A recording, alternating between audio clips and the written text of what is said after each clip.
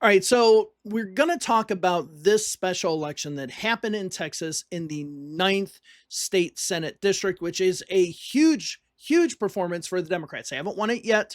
There needs to be a runoff election, but the performance by Taylor Rehmet was just absolutely unbelievable. He came very close to actually winning it. So we're going to go over the results. We're going to go over the money that was spent in this election and see where this might go and what kind of candidate he is, because you might think, okay, maybe he's a centrist type of Democrat that we should expect. No, he's actually pretty progressive, which seems to be, the theme that we're seeing in these 2025 elections. And as we speak right now, I think her name's Katie Wilson, the candidate for mayor of Seattle, she has now taken the lead. So that could be another progressive win. But we're here talking about the state Senate 9 district in Texas. So Taylor Rehmet, the Democratic candidate, received 47.6% of the vote. Now, you can see here that there were two Republican candidates. The first Republican candidate, or let's say the last one there, John Huffman, he was the incumbent senator, and he only received 16.5% of the votes. And the second candidate, I guess you can say Republican challenger against the incumbent, Lee Wamsgans, I guess is her name. I'm not sure. You know what? Here's the thing. The Republicans spend all their time mispronouncing Democratic candidates' names, so I don't give a shit if I mispronounce their names. You reap what you sow here. So anyways, she got 36%. She did 20% better, or 19.5% better than the Republican incumbent. So let's go ahead and look at the money in this race. So you can see that the incumbent, John Huffman, spent nearly $1 million. And my guess is when we get the final report coming in from this race, we'll see that he spent over $1 million. So he had the total contributions were $1.4 million. Now, 1.2 million of that came from casinos. So from Texas Sands PAC. So Sheldon Adelson, I mean, even though he's dead, this is his PAC that he had and the money that he pushed into Texas campaigns. So the casinos were way behind Senator Huffman, and he was only able to get 16% of the vote, 16.5% of the vote with all that money. Now let's go ahead and look at Lee Wamsgans or whatever her name is. And you can see that she has raised $2.2 million. Okay, she spent 1.4 million. I'm sure when we get more information with the final filing that happened after Election Day, we'll see more money was spent. But she had to spend more than she received in the last part of the election. So she had tons of money. And the interesting thing will be how much of this money does she have left after the first round here. So you got to realize he spent $1 million, Huffman, Wamsbangs or whatever, or Wamsgans, she spent 1.3 million. So you're talking about, or 1.4 really. So you're talking about 2.4 million spent. Now let's look at Taylor Rehmet. He spent $67,769. He got $161,192 in contributions. So Democrats, it's not always about the money. I know there are a lot of establishment Democrats out there that always want to talk about the money, the money, the money. It's not about the money. And he's showing he almost won this thing by spending $67,769 compared to the $2.4 million that the Republicans spent. So in the age of social media, you aren't required to buy television ads anywhere, right? Because more people are probably going to see you on social media as a candidate than are going to watch you on television, because that's just a dying medium anyway. But let's go ahead and look at this district here. So I'm going to show you the map of it right here. We'll zoom out. We're in Dave's redistricting here. And let me go ahead and just show you the map colors right here. So this is the 9th district. You can see it includes Tarrant County. It's totally within Tarrant County, which is where Fort Worth is. But as you can see, we can see the partisan leans. We can see how Fort Worth here is very Democratic. But if we look at the maps, you can see that the Republicans who redrew the districts split Fort Worth in half, so it dilutes its influence in any elections there. So let me go ahead and show you. So you can see the northern part of Fort Worth is there, but a lot of that dark blue that you see is not in that state Senate district. So it's a little bit more Republican. And as we get up into North Richland Hills, Keller, other places, a little bit past the airport over here, we see it becoming more and more Republicans. So the only Democratic strongholds, if we want to go ahead and focus in on Fort Worth right here, are these areas just south, like just south of downtown Fort Worth right here. Let me go ahead and show you the divisions again so you can get an idea.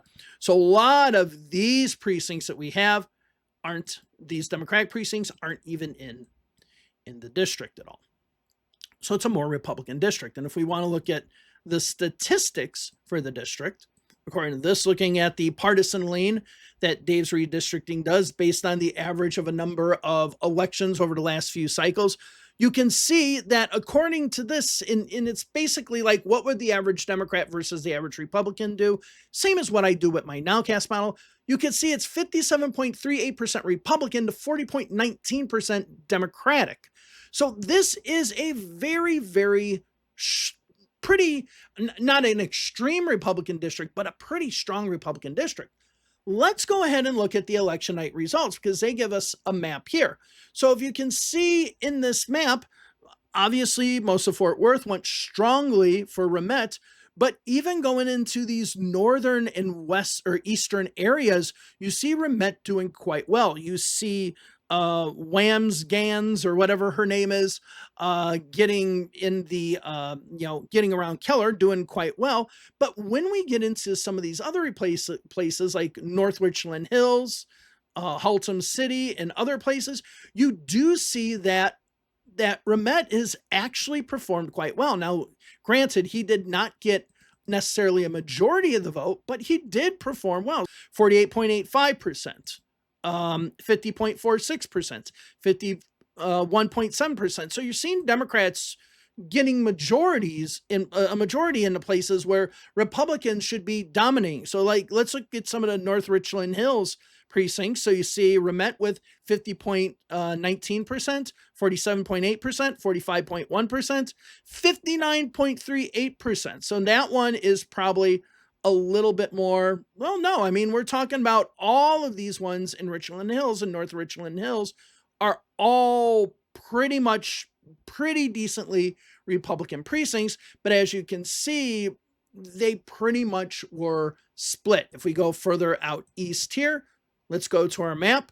We can see there are some places that are still Democratic, but the northern parts of this area where we see Hearst and Bedford here, you can see that we have a lot, 54% Democratic, 46% Democratic, 51% Democratic, 52% Democratic, 54% Democratic, 52% Democratic, 50% Democratic. So you're talking about this Republican area in this part of the district right here is going Democratic. So the fact that a Democrat is pulling near 50% in anything northeast of Fort Worth is pretty impressive. Now, I mentioned he's not a conservative or a moderate candidate. Well, let's first look at who he is as a candidate. So he is a union president, a veteran, and fighting for the working class, supports public schools and all this. He isn't one of these let's run in the middle type of thing.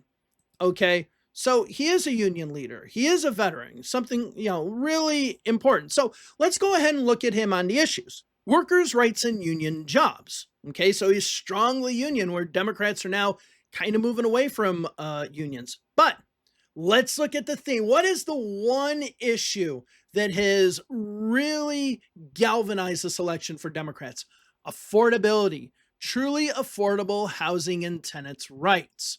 Okay, and again, we're talking about a district that is significantly Republican, and he's talking about affordability and tenants' rights, public education and vocational training, land conservation and environmental justice, redistricting and voting rights. But here's a big one,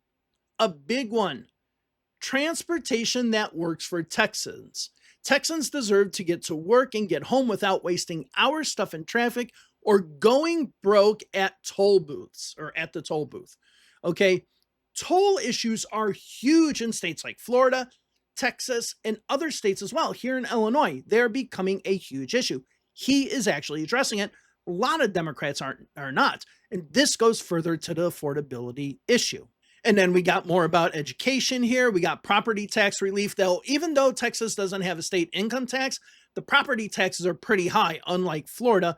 And then public safety and fentanyl crisis. So we're talking about somebody here who is not some sort of conservative, middle of the road DLCer. He's talking about affordability.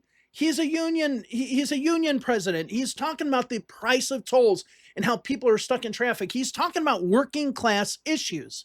He's not, kissing up to the Wall Street people like a lot of the establishment Democrats do. This is the path to victory, Democrats. And we'll see when the special election is. They do not have it scheduled yet. But when they do, we're going to go ahead and cover that live, as long as I'm available live, because that, I think, is going to be a huge indication of where Texas is going, and especially Tarrant County. If somehow the Democrats can start pulling off wins in Tarrant County, then Texas is no longer... that's the indicator right there. I mean, you got Tarrant, Crisp, and others, but Tarrant, to me, is the big one. If Tarrant becomes Democratic, and they're not just winning it they're not just winning it for the Democrats on the state level, they're winning it for the Democrats at the legislative level, like state Senate, state House, and all that. Then you see Texas shifting. All right, well, I wanted to talk about this race. Keep an eye on it. We're going to keep an eye on it, see what happens, because to me, this race is the most impressive one that I've seen so far. But I know someone's probably going to show me another race and go, holy cow, Democrats won there too. So yeah. All right, I'll see you later on. Have a good one. Bye.